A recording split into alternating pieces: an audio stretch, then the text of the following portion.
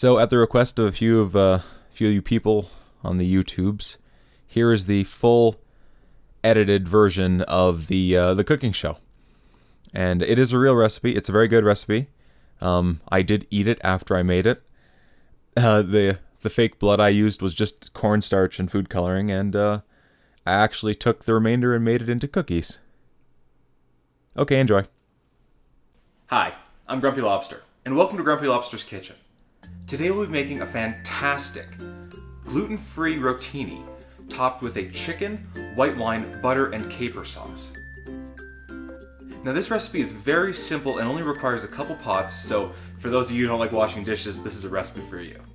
Let's get started. We'll start by preparing the sauce. You will need 4 florets of kale, 2 boneless, skinless chicken breasts, half a lemon, a tablespoon of minced garlic, various spices,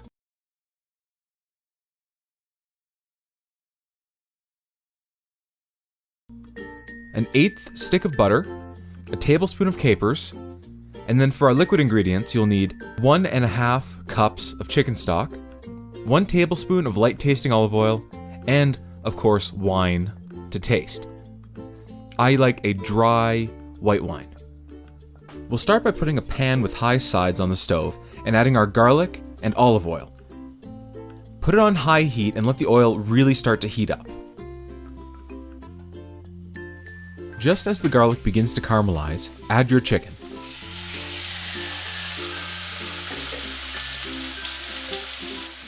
Just as the chicken begins to look cooked, add your butter, capers, and various spices.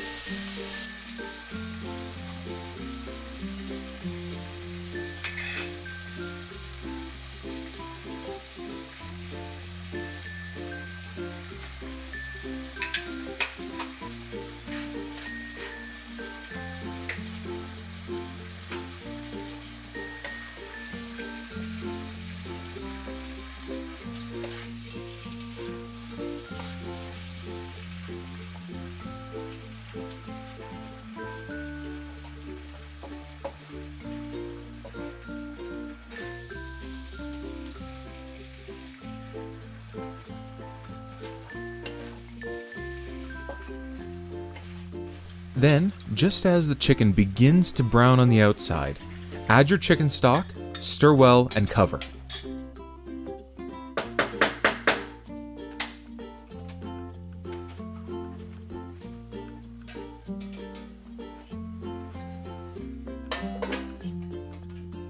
While that's simmering, gather your kale and de-stem it with a sharp, non-metallic knife, if you have one. I'm using ceramic, but a hard plastic knife will work as well. After the 4 florets have been destemmed, chop them into coarse pieces and set aside.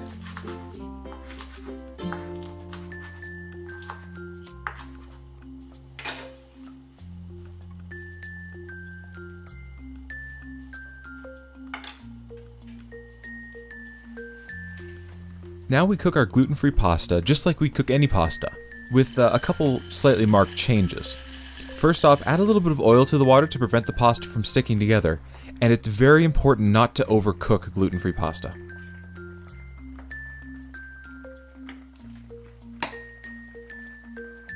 Back to our chicken sauce.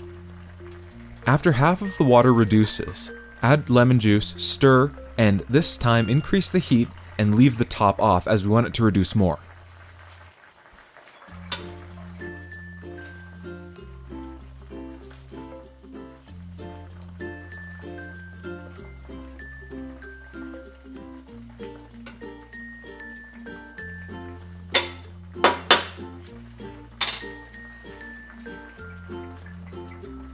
Just as the sauce begins to thicken, add the wine, stir, and again, let simmer.